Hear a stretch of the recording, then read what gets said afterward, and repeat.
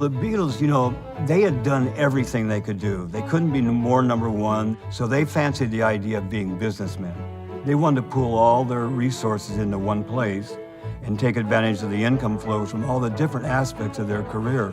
They set up the record company, a film company, an invention company, which was Madhouse. That thing was crazy.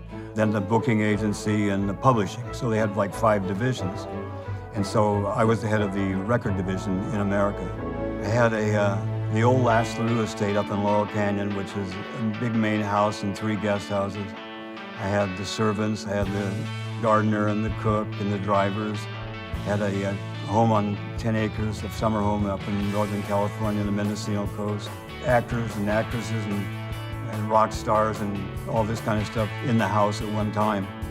I'd have Ringo Starr and Leonard Nimoy at the house the same night and things like that, A big part of my life, after the Beatles was the outlaw movement when I was producing Waylon and Jesse and Tom Hall and Willie and all those people. And the Outlaws made the rock and rollers look like choir boys. I mean, if you want to talk about down and dirty and drugs and a hard, rough life, man, that was it. I always used to call it a separate reality.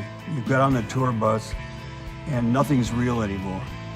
And then you get home and you go back into family and nothing makes sense. So you're just in 2 completely different worlds all the time. And I quit taking care of business. So now I'm not getting the hit records anymore. I'm not getting the big projects. So pretty soon the company goes down, takes me down with it. My life totally fell apart. It was such a lonely, empty feeling.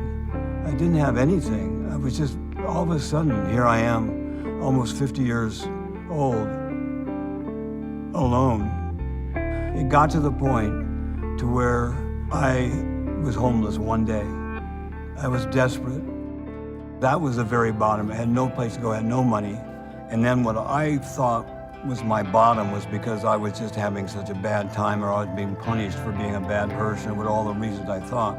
But just really God loving me so much that He knew it was time to start emptying all that stuff out so He could put something better in there. And the neat thing about it is, because I was with the Beatles, people say, oh, this guy's got cred, right? I got street cred because I was with the Beatles, and if I was with the Beatles, I must know what I'm doing. And so if I was the Beatles and I say Jesus is cool, then he must be cool because this guy was with the Beatles, right?